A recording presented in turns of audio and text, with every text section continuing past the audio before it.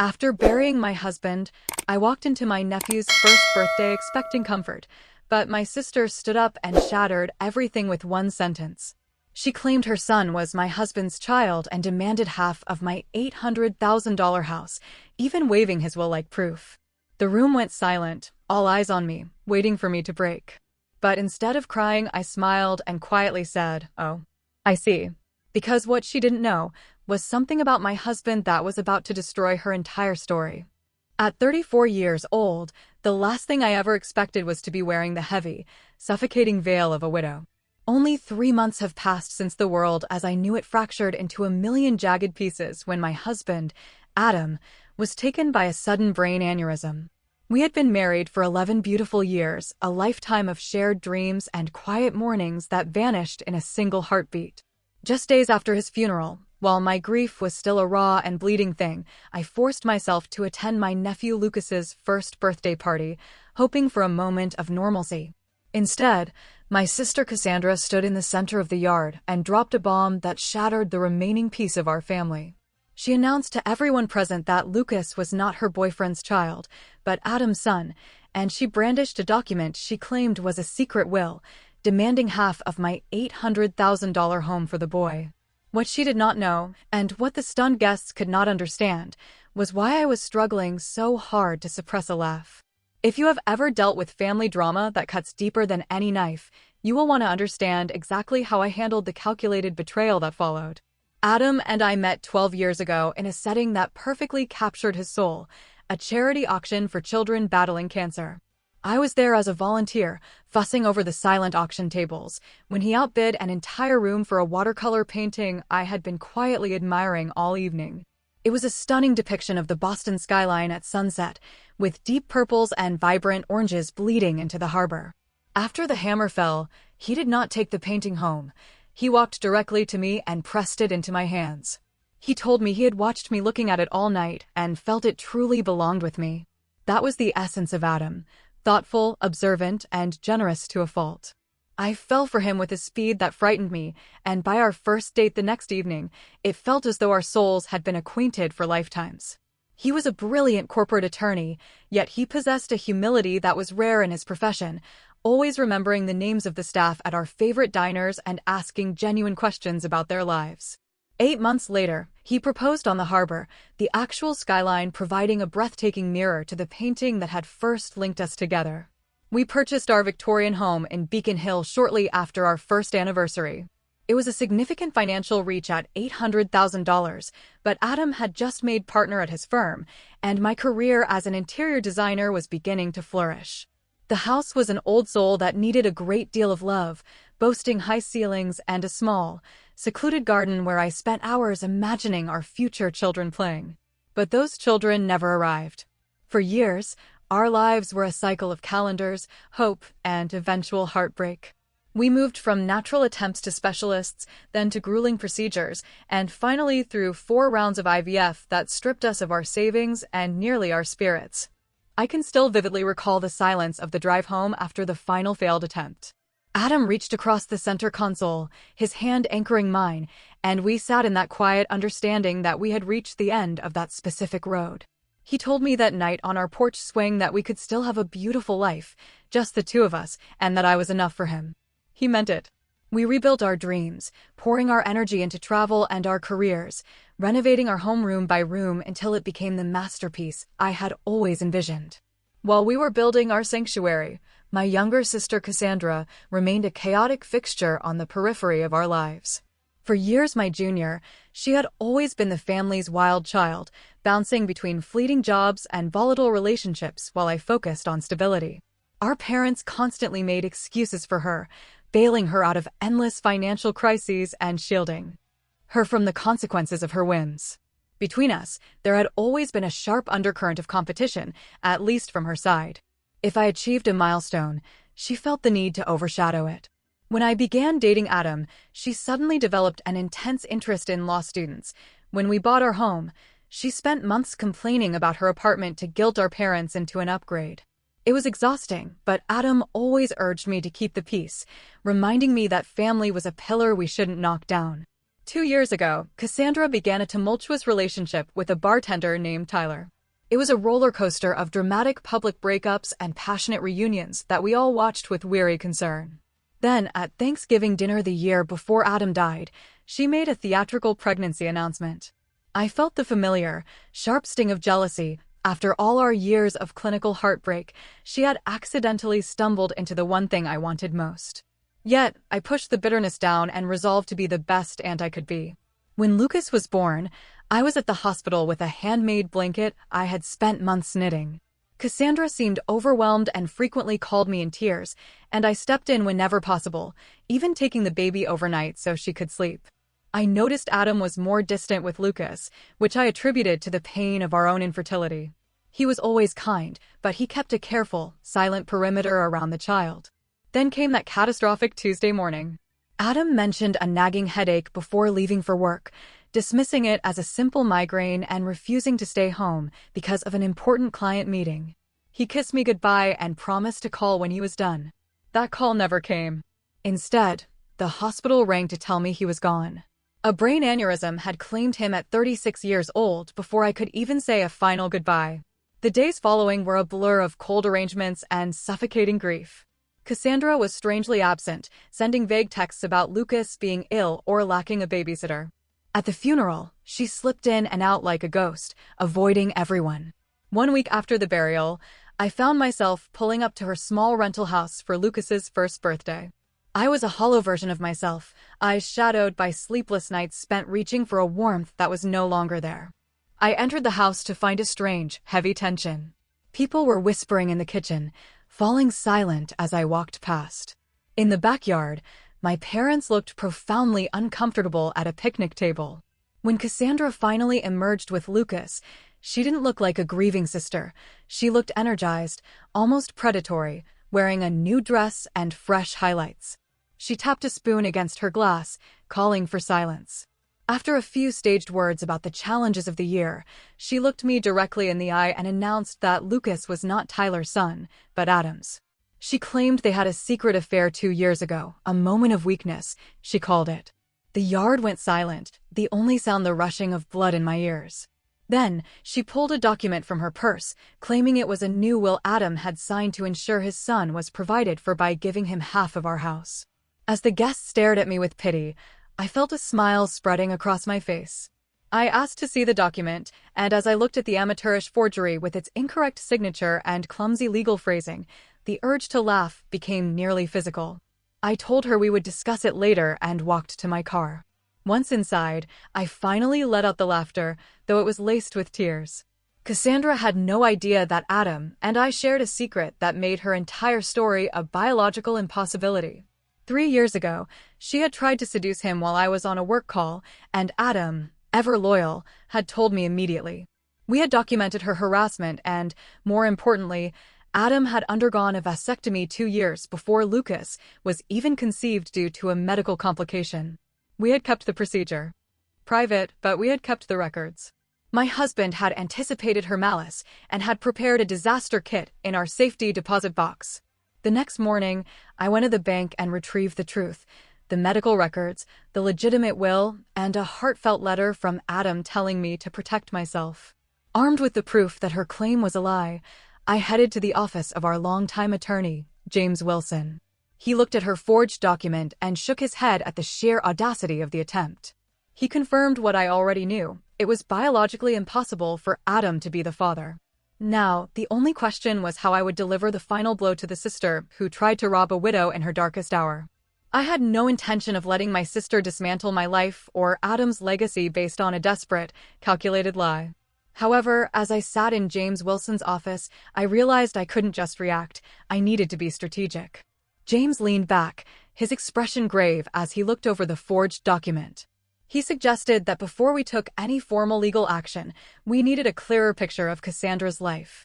People don't usually pivot to high-stakes felony fraud without a significant catalyst, usually financial.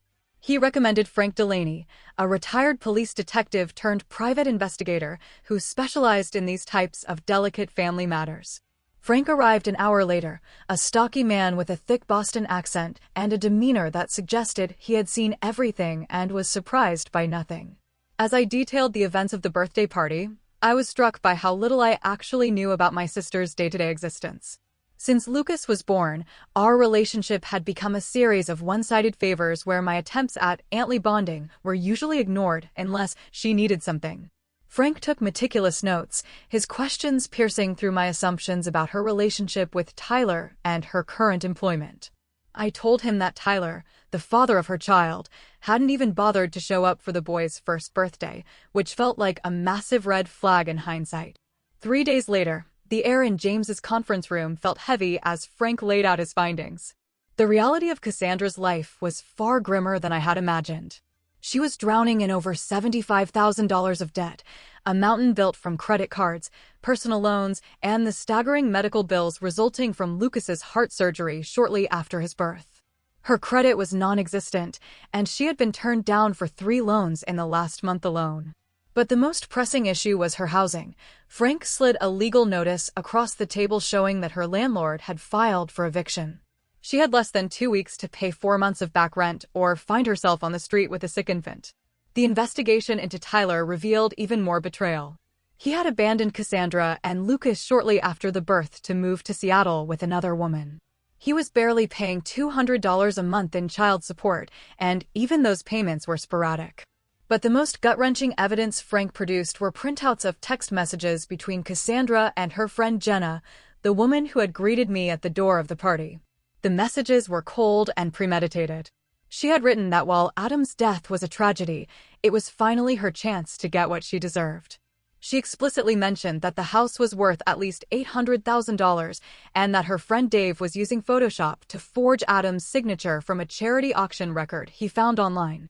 She referred to me as the golden child and argued that after 11 years with a great man, I should be forced to share the wealth. Reading those words made me feel physically ill. This wasn't a momentary lapse in judgment, it was a predatory plan to exploit my widowhood. Frank added that Tyler had a history of domestic violence and an active warrant for unpaid support for another child in New Hampshire. My sister wasn't just a fraud, she was a woman whose life was a crumbling ruin, and she was willing to salt the earth of my marriage to save herself. I looked at James, feeling the weight of the evidence. I didn't want to destroy my sister publicly or put her in jail, especially with Lucas in the middle of this mess, but I couldn't let her win. I sought guidance from my therapist, Dr. Laurel Chin. In her quiet office, I confessed the sheer magnitude of my rage and my paralyzing conflict over Lucas. She reminded me that compassion does not require me to be a victim. She observed that Cassandra's behavior was an escalation of a lifelong pattern of competition, not an isolated incident. With that clarity, I decided to offer my sister a choice: face the legal consequences of her felonies, or accept a strictly controlled compromise that would protect Lucas while holding her accountable. The next morning, I called Cassandra. I kept my voice neutral, inviting her to my house to discuss the will. She sounded smug, clearly believing her plan was working. When she arrived the following afternoon, she looked polished, wearing a new outfit that she clearly couldn't afford. I had prepared the living room like a deposition suite, with recording devices ready. I informed her that I would be recording our session for legal clarity, and she agreed, still radiating a misplaced confidence. I asked her to walk me through her version of the affair. She launched into a practice narrative about meeting Adam at the Mandarin Oriental Hotel while he and I were supposedly having marital problems. She claimed Lucas was the result of those secret encounters, and that Adam had hidden the truth to avoid stressing me during Lucas's heart surgery. I let her talk, noting every lie. Then I began to dismantle her story with surgical precision. I asked for room numbers, days of the week, and intimate details that only a wife would know: what side of the bed he slept on, what he ordered for room service, his specific habits. She began to stammer, her answers becoming vague and frustrated. Then I opened the folder. I placed the medical records of Adam's vasectomy on the table. I explained that it was biologically impossible for him to be the father because the procedure had been a total success 2 years before Lucas was conceived. The color drained from her face as she scanned the clinical dates. I followed that with the legitimate will, the journal documenting her past harassment of Adam, and the text messages detailing her conspiracy with Jenna and Dave. I told her plainly that forging a will was a felony punishable by 5 years in prison. The silence that followed was broken by her genuine, gut-wrenching sobs. The bravado vanished. She confessed that she was desperate, facing homelessness in 2 weeks with a sick child and no support from Tyler. She admitted that Adam had never touched her and had, in fact, shut down every advance she ever made because of his loyalty to me. She had hoped the forged will would pressure me into a quick settlement. I turned off the recorder. I told her I wouldn't press charges, but only under strict conditions. She had to confess the truth to our family, apologize for tarnishing Adam's memory, and agree to a legal framework where I would help her. I wasn't going to give her half the house, but I would set up a trust for Lucas's medical and educational needs and help her find stable housing. In return, she had to undergo therapy, financial counseling, and maintain employment. If she slipped up, the support would vanish instantly. The following Saturday, we gathered for the family dinner I had mandated. The atmosphere was thick with tension as my parents sat down, unaware of the full truth. I placed a recorder on the table and signaled for Cassandra to speak. With her head down, she admitted to the entire room that Lucas was Tyler's son, that there was never an affair, and that she had forged the will. My father was horrified, demanding to know how she could do this to her own sister. My mother, however, immediately pivoted to sympathy, asking why Cassandra hadn't just asked for help. When Cassandra pointed out that they wouldn't have given her $400,000, my mother turned her frustration on me, asking if I would really consider pressing charges against my own sister. I looked at my mother, feeling a cold realization. I told her that while she was worried about Cassandra, I was the one who had actually lost a husband and had been forced to defend his honor against my own flesh and blood. I pointed out that their lifelong habit of bailing Cassandra out had directly led to this criminal escalation. Cassandra, in a rare moment of honesty, agreed with me, telling our mother that their constant excuses had never actually helped her grow. As the dinner ended, the family dynamic was forever altered, but for the first time, the truth was finally out in the open. The silence following Cassandra's confession was absolute, broken only by the hum of the refrigerator. For the first time in our lives, she wasn't hiding behind a manicured lie or shifting the blame onto someone else. She was standing in the wreckage of her own choices. My father looked aged, his face etched with a sudden, sharp realization as he asked if his youngest daughter was headed to prison. I told him no, that I had decided against pressing charges, provided she adhered to the strict legal framework James and I had constructed. I laid out the terms again: the trust for Lucas, the mandatory therapy, the financial counseling, and the requirement of steady employment. My father's relief was visible, his shoulders dropping as he called the offer more than generous. Cassandra agreed, her voice a hollow whisper, admitting she deserved none of it. But my mother, ever the optimist of the surface, tried to brighten the room, suggesting that since the apology was made and I was helping with the baby, we could simply bury this ugly business and move on. I had to stop her right there. I explained firmly that it wasn't that simple. Trust had been incinerated, and while the legalities were settled, the emotional healing would take years, if it happened at all. I told them there had to be boundaries, starting with an end to their enabling. I demanded that they stop the bailouts and the excuses, insisting that Cassandra learn to stand on her own feet without the crutch of their dependency. My father nodded in somber agreement, but my mother looked distraught, clinging to the mantra that we were family and had to stick together. I had to be gentle but immovable. I told her that being family does not grant a license for abuse. What Cassandra did was an act of calculated cruelty, a move to manipulate my grief and exploit my most vulnerable moment for her own gain. That kind of betrayal carries a heavy price, even between sisters. The rest of the dinner was quiet, the air thick with the weight of this new, uncomfortable reality. When they finally prepared to leave, my father held me in a long, tight embrace, whispering that he was proud of me and that Adam would have been as well. My mother's hug was different. Her eyes were already mourning the loss of the perfect, idealized family image she had spent decades protecting. Cassandra was the last to go. She lingered at the threshold, apologizing not just for the forged will, but for the lifetime of jealousy and for being the sister I never deserved. I told her I hoped the therapy would help her find the roots of those choices, because Lucas deserved a mother who was honest and whole. When she asked if I could ever truly forgive her, I told her the truth. I didn't know yet. But for the sake of the little boy we both loved, I was willing to see where this path led us. The drive home for them must have been long and silent, each of them finally reckoning with the fact that our family would never be the same.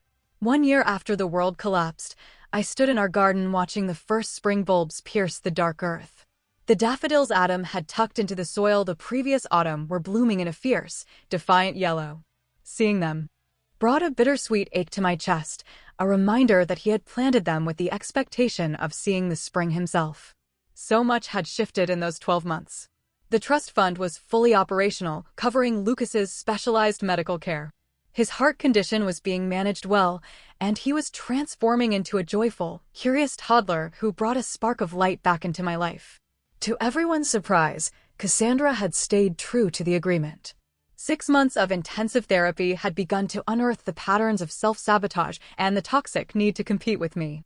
She had secured a stable job as an office manager at a local dental practice, providing her with the structure and benefits she had lacked for so long. Our relationship remained formal and quiet. I saw Lucas frequently, taking him on weekend trips to the museum or the park, and while Cassandra and I didn't pretend to be best friends, we had found a way to coexist in a space of mutual respect for the child's sake. My parents had struggled with the new boundaries at first, especially my mother, but they were slowly learning to offer Cassandra emotional support without the financial enabling that had nearly ruined her. I had found my own lifeline in a grief support group. 12 strangers, united by the shared language of loss, became the friends who understood me when no one else could. We navigated the seasons of mourning together, marking the small victories and holding each other through the inevitable relapses of sorrow. 3 months after the confrontation, I established the Adam Preston Foundation for Legal Education. We began providing scholarships to underprivileged students who shared Adam's passion for the law. Turning his legacy into a ladder for others gave my grief a sense of purpose.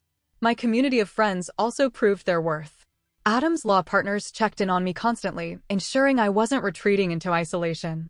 My old college roommate, Sarah, flew in once a month from Chicago just to sit in silence with me, watching movies and ordering takeout when the house felt too quiet. And then, there was Michael. We met at a foundation fundraiser 6 months after Adam's passing. An ethics professor with a dry, quiet wit, he reminded me of Adam's intellectual spirit while being entirely his own person. We started as colleagues, then friends, and eventually began to explore something more. He understood that Adam was a permanent part of my heart and that loving again wasn't a betrayal of the past, but an honoring of the capacity to love that Adam had fostered in me. Standing among the flowers that spring morning, I reflected on the lessons Adam had taught me, even from beyond the grave. His foresight in the bank vault had protected me when I was too weak to protect myself. His meticulous journals had validated my reality when my own parents tried to rewrite it. His love was a shield that still held firm. I had learned that family requires boundaries to remain healthy, and that documentation is sometimes the only bridge between the truth and a devastating lie. I had discovered that forgiveness isn't about forgetting, it's about refusing to let someone else's malice dictate your future. I had faced a sister's betrayal and a husband's death simultaneously, and I had come out on the other side stronger, more authentic, and more certain of my own worth. The daffodils swayed in the breeze, resilient and bright after a long, hard winter. Grief is exactly like that, not a straight path to an end, but a cycle of seasons, each with its own beauty and its own pain. I whispered a soft thank you to the garden Adam loved, realizing that he had somehow prepared me for a storm he never wanted me to face. His love still protects me. For anyone navigating the treacherous waters of family betrayal, remember to guard yourself with the truth and hold your boundaries tight. The people who truly love you will never ask you to tear them down.